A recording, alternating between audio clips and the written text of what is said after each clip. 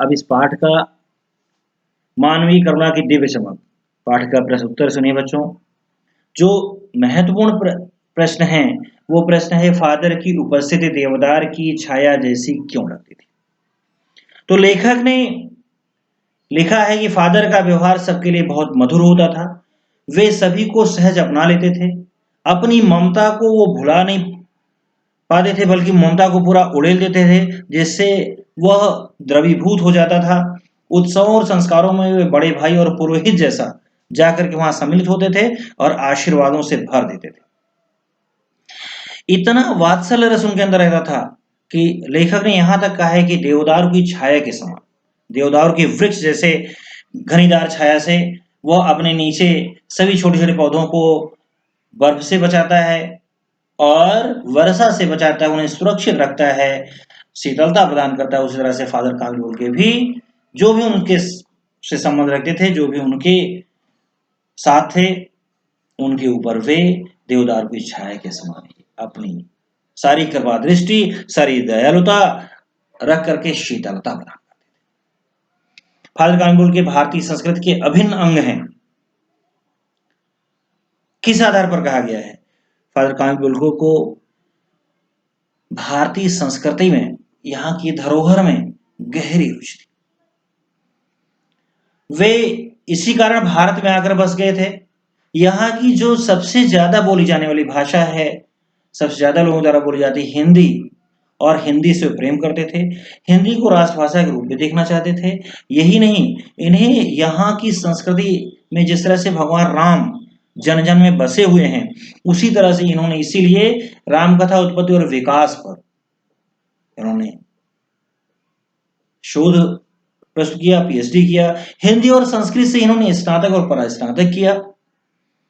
तो इसी तरह से और सबके घरों में जो जिससे इनका संबंध था, उनके घरों में उत्सवों में, सुख और दुख में जाकर उनसे सम्मिलित होते थे, उनसे मिला करते थे, जिसके कारण लेखक ने कहा है कि ये भारतीय संस्कृति के अभिन्न।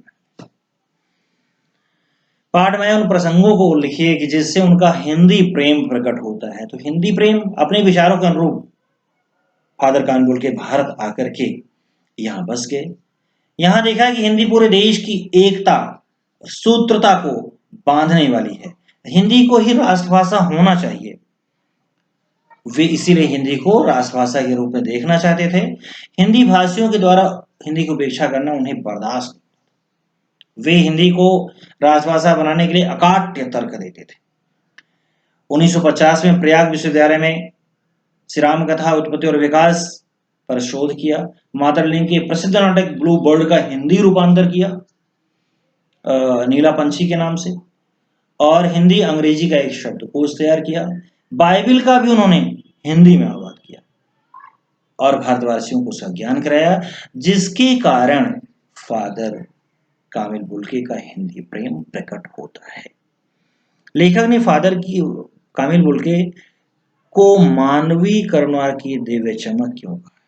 लेखक ने फादर कामिल बुल्के को मानवीय करुणा की दिव्य चमक इसलिए कहा है क्योंकि उनके हृदय में दीन दुखियों के प्रति करुणा थी। जो भी उनसे संबंध रखता था उसके प्रति वे अपना स्नेह लुटाते थे, दूसरों के दुखों में शामिल होते थे, अपनी करुणा से लोगों को धैर्य बंधाते थे। वे रिश्तों को जीवन भर निभाते थे, किसी पर क्रोध नहीं करते थे। करुणा भाव उनके व्यक्तित्व का अभिन्न अंग था। अगला प्रश्न है, फादर बुल्के ने सन्यासी की परंपरागत छवि से अलग एक नई छवि प्रस्तुत की है कैसे? हम सब जानते हैं कि परंपरागत सन्यासी वो जब अपने परिवार को या समाज को त्याग देता है तो परिवार और समाज से संबंध नहीं रखता। सन्यासी केवल भक्ति, ज्ञानार्जन अथवा ज्ञान देने अपना समय व्यतीत करता है। परंतु फादर कामिल बुल्के इन अर्थों में सन्यासी नहीं थे। वे रिश्तों को जीवन भर निभाते थे, लोगों के दुख सुख में उनके घर जाते थे। वे उन्हें अपने परिवार की भी चिंता थी, वे अपने परिवार की भी चिंता थी, अपनी बहन के लिए भी चिंता करते थे और अपनी माँ से भी मिलने कई बार गए। लोगों के जो उनके साथ जो उनसे उनका संबंध था, परिचय था, उसके परिवार के प्रति भी वो चिंता रखते थे। वे लेखक के भी सुख दुख के साथी थे।